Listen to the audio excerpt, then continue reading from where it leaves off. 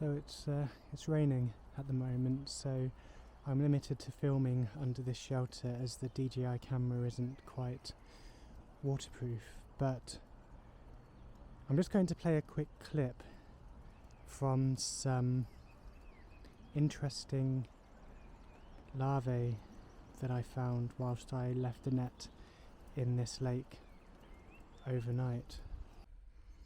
So it's been an interesting morning today. It's rainy outside, so I haven't taken the camera out to do any filming. But these little grubs here are of a special focus. I threw a net out in the lake out of curiosity yesterday, and when I pulled it in, there were loads of these little grubs. Now, this isn't how they look from the lake. I've already taken them out their shells, but if you're pond dipping and you pull out these little houses formed of different material that they've gathered in the lake and put together with silk to give them a little bit of protection.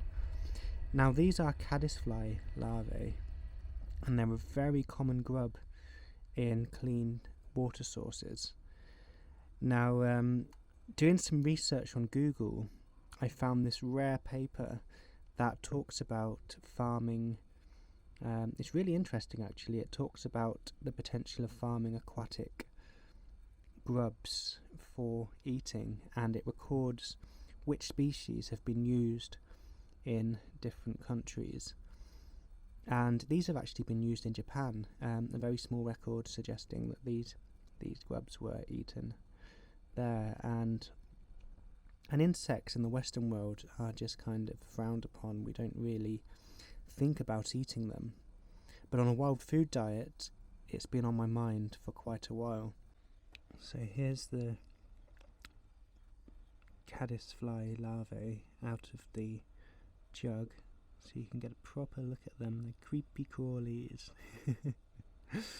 So I've just got the pan on heat and we're going to drop them straight in.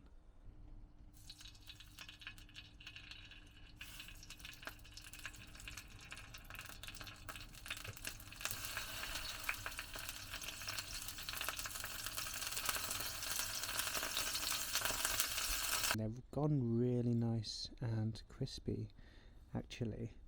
So I've just fried them in a little bit of tallow, and it smelled really nice while I was frying them. And I just sprinkled a little bit of salt on there. They do fry up quite crazy, so I think if I did them in any quantity I'd have to put the lid on the pan because they went a bit nuts. This is my first try of caddisfly larvae. Let's see.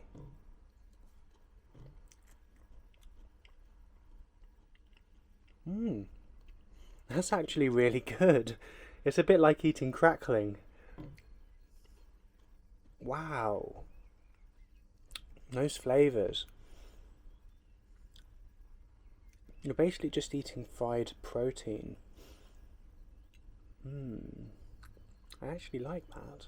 That's quite delicious. So, if I can gather these in any quantity, I can crisp them up, and they would actually be an absolutely delicious snack that would probably store quite well because they're completely dried and fried.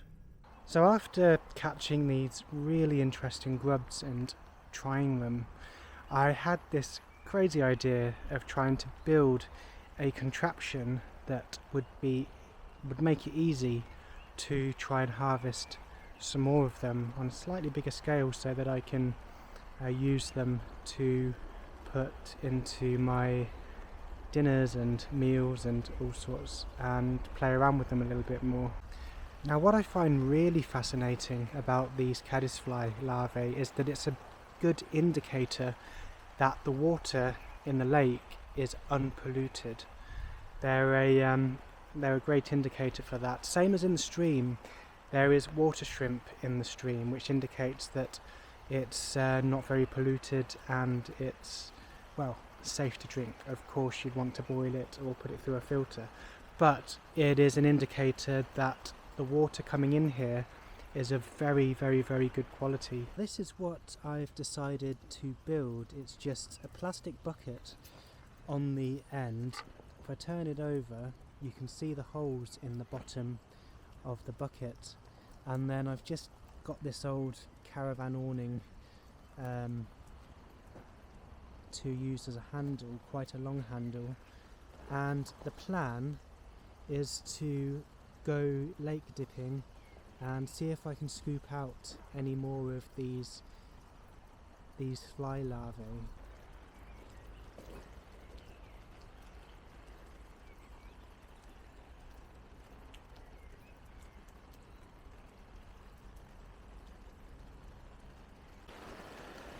Gosh, the rain is just not giving today. It just keeps coming. I've only been getting 5-minute windows to run outside and have a go at doing some of this larvae fishing. Just goes to show how abundant they are though in the short windows that I've had to go dipping for these little creatures. I have collected about 30 in a very short space of time, so if I had my waders on on a nice day going out with this contraption, I'm sure I could collect a whole lot more. So I think the way the weather is today, I think I'm just going to call it a day and take this 30 home, and then I'm going to probably roast them this time, because putting them in the pan was a little bit too violent with the oil. You just squeeze the back gently. This one doesn't want to do it, but let's try another one. You just squeeze the back gently, and you can see the head popping out, so then you can just pull it out gradually, and there we go.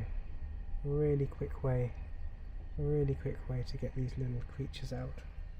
So this is the caddisfly larvae after gathering during the rain. I ended up with around 32 just from maybe 5-10 minutes of total time out trying to catch them. So imagine how much I could obtain if I was to do this on a slightly bigger scale. Let's give it a little try then. Yeah, they are just a little bit burnt, but they're actually quite delicious. I can imagine drying these like this and sprinkling them on things. It's just roasted protein. A little bit burnt this time, so I think next time I'm going to roast them for a lot less duration and see how that goes.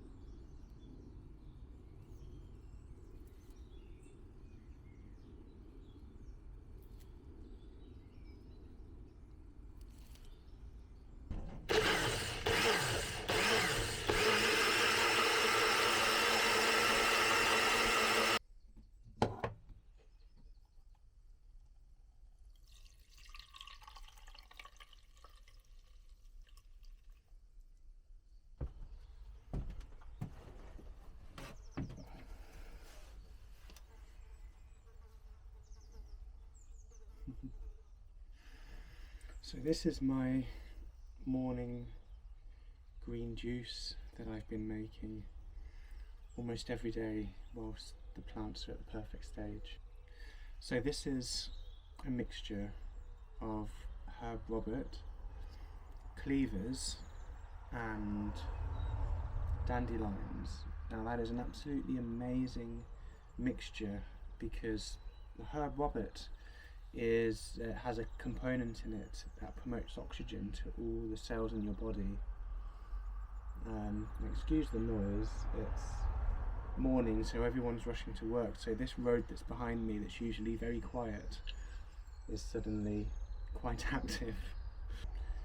So the herb Robert has a component in there that is that promotes oxygen to all the cells in your body, and I've forgotten the exact name of it. I think it's germanium, but it's an absolutely amazing it's an amazing plant. It has a deep earthy flavour, so it's a kind of some people like it, some people don't. And then we also have sticky weed in here, or cleavers is the normal name for it.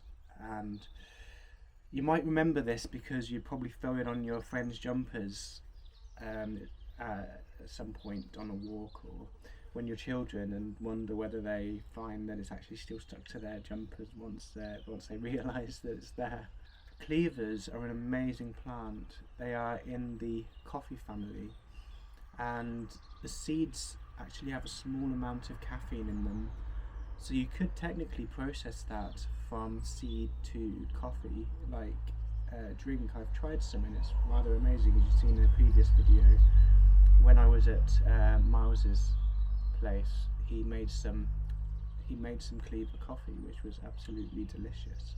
What I really love cleavers for is their lymphatic system cleansing properties. They'll flush the lymphatic system out, so they're an amazing spring tonic because they'll just clean your body out, your immune system out, and set you up for the spring and the summer. Dandelions are also an amazing leaf to utilise. Not only are they very rich in nutrition, but dandelions also, I think it was that it strengthen the immune system. So it's so these combination of things together are absolutely amazing, and they taste so nice and refreshing this time of year.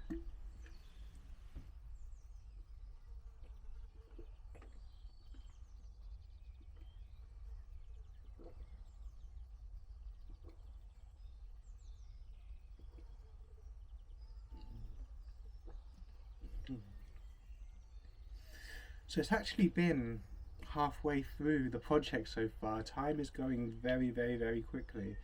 It's been a month and a half out of the whole 3 months that I'm doing this project, which, wow, I can't believe the time has gone by that fast.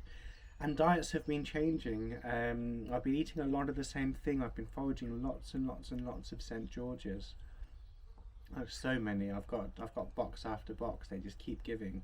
So every day I've had St. George's with some nettles, some ground elder, sometimes common hogweed shoots, and some wild garlic with fried in some tallow, and I drizzle a couple of tablespoons of birch syrup over them, and they're absolutely delicious. You've seen in the previous video making some up with Rue at Nomadic, and they're so tasty. And I've just been indulging in that, and I think that's what our hunter-gatherer ancestors would have done, is to make the most of the abundance of each season as it comes, because they aren't going to be around forever. They're going to stop putting up their fruits in very soon, probably, as we start heading into summer. But as long as they keep producing, I'm going to keep feasting on them, because they are absolutely delicious, and they bulk up meals, they bulk up the greens that I've been eating. I haven't actually felt like having too much meat since we've had all these young shoots. I haven't felt like hunting, which is quite surprising. I think meat is quite a winter food, like in terms of eating a lot of meat. What I am craving though is fish, and I can't wait to go back to the coast to do some mackerel fishing. I did have some wild plaice yesterday because I was craving the fish, so I did get some of that, and I've got some wild salmon which are both in season for today. But no, I really love to get to the coast and forage, but I can't do that till the end of the month. So for now I am just having a look around where I am. I've still got my wild garlic coming up, so that's really good. I have that in almost everything that I eat. It's an absolutely delicious plant that I don't know what I would have done without it over the course of this diet. I want to explore insects more. The the caddisfly larvae I'd tried the other day, that's also in this video, was actually rather delicious. And I had a comment on my Instagram about leather jackets, which are the cranefly larvae, and they're quite abundant in soils. It's been hard to film because it has been quite rainy for a while, so I haven't brought the DJI out to do any filming. So I've just been getting on with my business and not worrying about taking any videos. So I thought today is a really beautiful sunny day, and I thought I would try and capture some footage. So these were gooseberry bushes. I gathered the shoots from along the old railway line. There was a bush growing in there that wasn't really fruiting because it was all in the shade. So I brought some up and my stepdad planted them in the garden, and as you can see, they're really coming out now with their fruit. They're doing so well. They're actually red gooseberries when they do fruit. And we've also got a bunch of red currants, which I also harvested from somewhere around the field and brought and we had them planted in the garden. So we're going to have some nice things here. So there's also some figs that I was gifted a while ago, and these have started to bear fruit. So this is we've got 4 of them here, so hopefully they'll keep growing and keep growing stronger, and we'll have some nice fruit from figs, which of course I'll be able to eat later because it'll be past the wild food diet.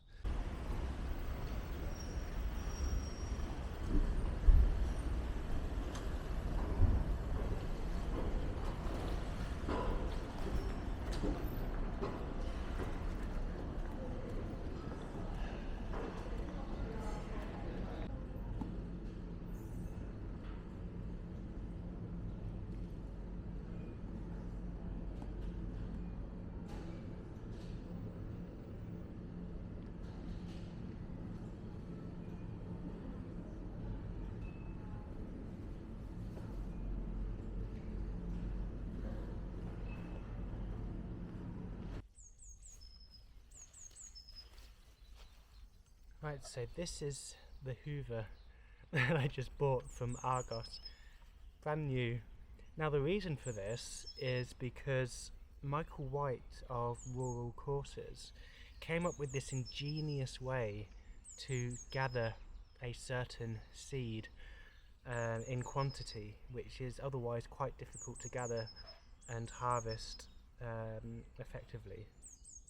And we have it right here. The dandelion.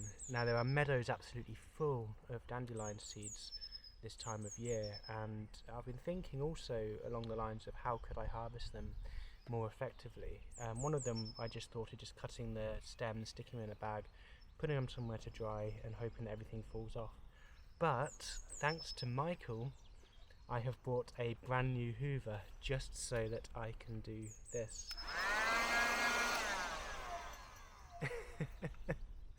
And I can just go around, running around the meadows and harvesting a lot of dandelion seed.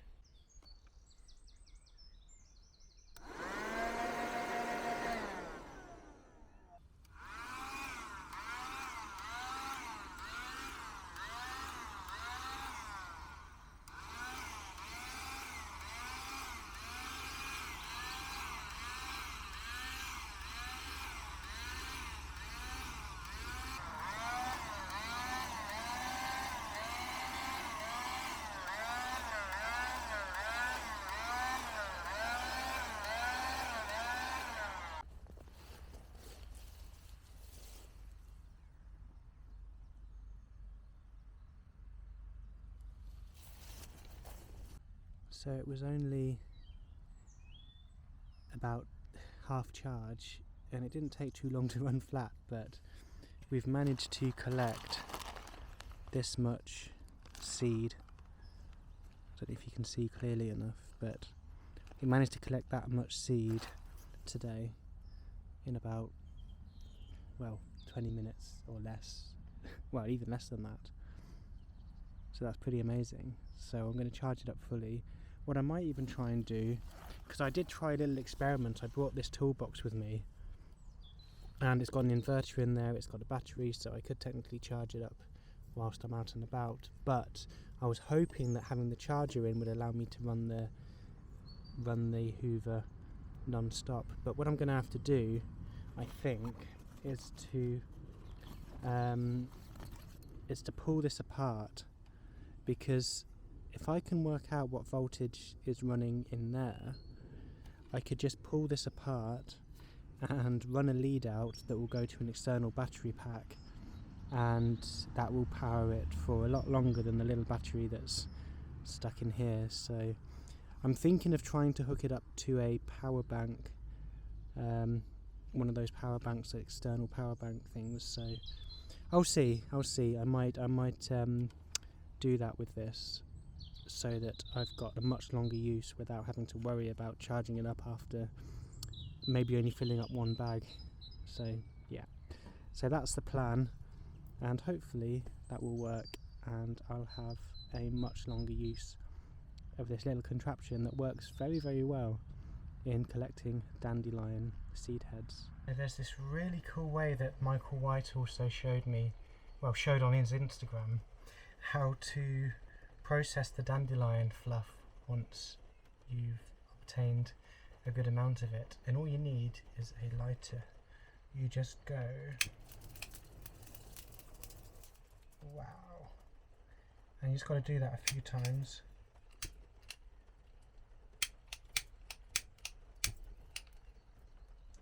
And I'll just move it around a bit in a moment, and then I'll run it through again. And yeah, it's an amazing way to get rid of all the fluff really quickly.